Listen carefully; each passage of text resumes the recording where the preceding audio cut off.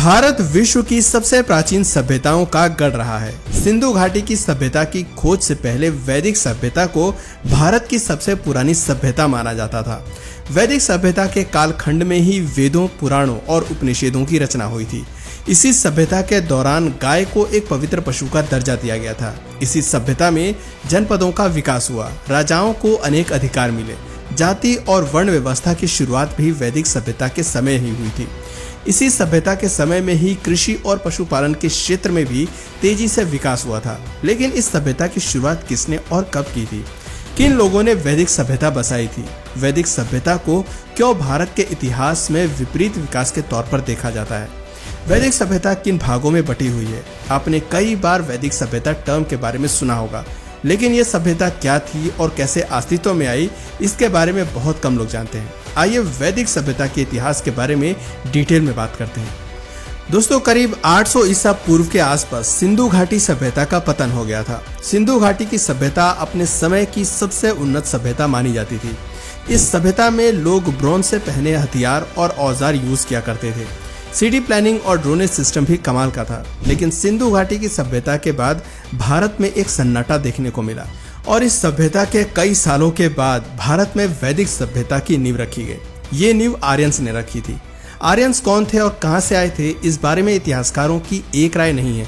इसको लेकर आज भी विवाद जारी है। कुछ हिस्टोरियंस का मानना है कि आर्य भारत के ही मूल निवासी थे, तो दूसरी ओर अधिकतर एक्सपर्ट्स का मानना है कि आर्यंस मिडिल ईस्ट और यूरेशिया से भारत आए थे। आर्य का मतलब होता है श्रेष्ठ या कुलीन।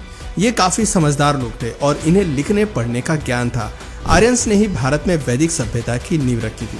वैदिक सभ्यता का टाइम पीरियड 1500 ईसा पूर्व से 600 ईसा पूर्व के बीच का माना जाता है। करीब 900 सालों तक ये सभ्यता अस्तित्व में रही। आर्यंस कैसे दिखते थे, इसके बारे में भी वर्णन मिलता है। वे गोरे रंग के थे, बलिष्ठ बाहु वाले थे, उनके बाल घुंघराले थे और लंबी नाक थी। वे लोग घोड़ों की सवारी किया करते थे। भारत में पहली बार घोड़ों का इस्तेमाल आर्यंस द्वारा ही किया गया था। अपने रथ के आगे घोड़े बांधकर वे उसे चलाया करते थे। तलवारबाजी और तीर कमान जैसे हथियार चलाने में वो पारंगत थे। खुद की रक्षा के लिए उन्हें ढाल और कवच बनाने भी आते थे। आर्यंस पशुपालन और कृषि कार्यों के जरिए जीविका चलाते थे और उन लोगों की देवी देवताओं में गहरी आस्था थी। वे धार्मिक प्रवृत्ति के लोग थे और अपने देवताओं को प्रसन्न करने के लिए यज्ञ भी किया करते थे। आर्यंस को लिपि की जानकारी नहीं थी। वे इंडो आर्यन लैंग्वेज का यूज करते थे, जिसे संस्कृत के प्राचीन रूप के तौर पर जाना जाता है। भारत में आर्यन सबसे पहले पंजाब प्रांत के इलाके में बसे होंगे, क्योंकि वेदों पुराणों में जिन नदियों का नाम है वो इसी प्रांत में बहती थी। कुछ इतिहासकारों के मुताबिक भारत से ही आर्यंस पूरे मिडिल ईस्ट और यूरोपियन कंट्रीज में फैल गए थे। आर्यंस वैदिक क्रियाएं किया करते थे। वो देवताओं को मानते थे, यज्ञ हवन किया करते थे और एक जैसी भाषा बोलते थे। और जो इनके विपरीत क्रियाएं करते थे उन्हें दस्यु या दास कहा गया है। ये सभी जानकारी हमें ऋग्वेद से प्राप्त होती है। आर्यंस ने धीरे धीरे अपने क्षेत्र का विस्तार किया और संपूर्ण उत्तर भारत में अपना वर्चस्व कायम किया। इस स्थान को उन्होंने आर्यव्रत का नाम दिया। पुरातत्व विभाग की जांच और खनन में वैदिक काल के कई सबूत हमें देखने को मिलते हैं। वैदिक काल को भी दो भागों में डिवाइड किया गया है। पहला है ऋग्वैदिक काल, जिसमें ऋग्वेद की रचना हुई। 1500 ईसा पूर्व से 1000 ईसा पूर्व तक के समय को ऋग्वैदिक काल कहा गया है। और दूसरा उत्तर वैदिक काल, जिसमें सामवेद, यजुर्वेद और अथर्ववेद की रचना हुई थी। 1000 ईसा पूर्व से 600 ईसा पूर्व तक के टाइम पीरियड को उत्तर वैदिक काल कहा गया है। आइए इन दोनों टाइम पीरियड की खासियत और डिफरेंस को भी समझ लेते हैं। दोस्तों, सबसे पहले बात करते हैं ऋग्वैदिक काल की। इस काल के दौरान सिंधु घाटी की सभ्यता के बाद पहली बार लोगों ने ग्रुप बनाकर रहना शुरू किया था, जिन्हें जन कहा गया था। कई कबीले साथ मिलकर अपना राजा तय किया करते थे। हालांकि इस काल में राजा के पास ज्यादा पैसा और पावर्स नहीं हुआ करते थे, क्योंकि इस काल में राजा को जनता से कोई टैक्स नहीं मिलता था। राजा अपनी मर्जी से कोई बड़ा फैसला भी नहीं ले सकता था। समिति और संघ के लोगों से सलाह लेने के बाद ही राजा कोई निर्णय लेता था। कुछ अधिकारी राजा के पास होते थे, जिन्हें रत्ननीन का दर्जा दिया गया था। इस काल में लोग कांच से, पीतल और टीन की मदद से अपने बर्तन, हथियार और औजार बनाया करते थे। इन हथियारों से वे कृषि के कार्य और शिकार किया करते थे। व्यापार के लिए बार्टर सिस्टम का प्रयोग किया जाता था। ऋग्वैदिक काल में ही गाय को पवित्र पशु का दर्जा दिया गया था। लोग प्रकृति की पूजा किया करते थे और इंद्र को जल का देवता मानते थे। साथ ही अग्नि की पूजा भी लोग किया करते थे। वर्ण व्यवस्था की शुरुआत भी इसी काल में हुई थी। लोगों को कर्म के आधार पर 4 वर्ण में डिवाइड किया गया था, जिनमें ब्राह्मण, क्षत्रिय, वैश्य और शूद्र शामिल थे। इन वर्णों के बारे में हम अपनी पिछली वीडियोस में कई बार आपको बता चुके हैं। बात करें उत्तर वैदिक काल की, तो इस काल में जन और बड़े हो गए थे और उन्हें अब जनपद कहा जाने लगा था। इस काल के लोगों ने लोहे का इस्तेमाल करना शुरू किया और लोहे के हथियार अन्य धातुओं के हथियार से ज़्यादा मजबूत और बेहतर थे। इन औजार के इस्तेमाल से कृषि उद्योग को गति मिली। लोगों ने पशुपालन भी अधिक करना शुरू कर दिया। उत्तर वैदिक काल में टैक्स सिस्टम भी शुरू हो गया। जनता को अपनी कमाई या उत्पाद का 1/16वां हिस्सा राजा को टैक्स के रूप में देना पड़ता था।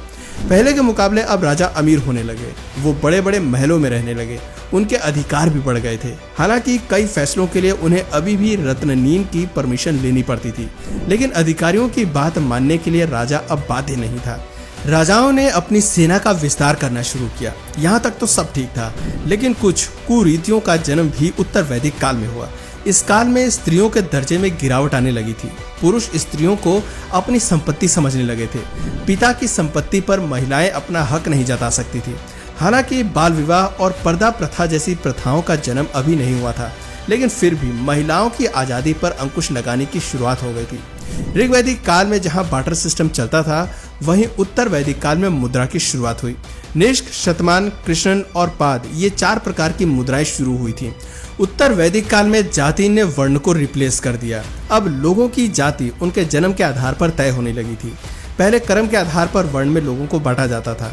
राजा के बेटे को राजा बनने के लिए अपनी उपयोगिता सिद्ध करनी पड़ती थी, लेकिन उत्तर वैदिक काल में ये सभी चीजें आनुवांशिक होने लगी। कुम्हार का बेटा कुम्हार बनेगा, सुनार का बेटा सुनार, राजा का बेटा राजा ही बनेगा, चाहे वो उस काबिल हो या ना हो। जन्म के आधार पर तय की गई जाति से उसकी जीवन भर पहचान की जाती थी। गोत्र व्यवस्था की शुरुआत भी सबसे पहले उत्तर वैदिक काल में ही हुई। पहले जहां लोग प्रकृति की पूजा किया करते थे, अब लोगों ने यज्ञ, कर्मकांड, अनुष्ठान, पशु बलि और नर बलि जैसी प्रथाओं को अपनाना शुरू कर दिया था। रामायण और महाभारत का लेखन भी इसी काल के दौरान हुआ था। ये कुछ अंतर ऋग्वैदिक काल और उत्तर वैदिक काल में देखने को मिले थे। दोस्तों, वैदिक काल को लेकर कई बातें स्पष्ट हैं, तो कई सवालों का जवाब आज भी एक्सपर्ट्स खोज रहे हैं। सबसे बड़ा सवाल तो यही है कि आखिर वैदिक काल की स्थापना करने वाले आर्यंस कौन थे। जर्मनी के तानाशाह हिटलर भी खुद को आर्य बताता था। आर्य समाज की स्थापना करने वाले दयानंद सरस्वती ने कहा था कि आर्यंस शुरुआत से ही भारत में रह रहे हैं, जो तिब्बत से यहाँ आए थे। तो वहीं बाल गंगाधर तिलक ने कहा था कि आर्यंस करीब 10,000 साल पहले आर्कटिक क्षेत्र से भारत आए थे। हालांकि इन बातों को साक्ष्य प्रमाण के तौर पर नहीं लिया जाता। वर्ल्ड हिस्टोरियंस आर्यंस को आज भी भारत का मूल निवासी नहीं मानते हैं। दोस्तों, भले ही आर्यंस भारत के मूल निवासी थे या नहीं, लेकिन भारत के इतिहास में इनका योगदान अमूल्य और महत्वपूर्ण रहा है। कई बहुमूल्य जानकारी आज उनके लिखे वेदों से हमें मिलती है, जिसके लिए हम सदैव उनके आभारी रहेंगे। वैदिक काल के बाद भारत में गुप्ता, मौर्य और कुषाण वंशों की स्थापना हुई और कई विशाल साम्राज्य देखने को मिले।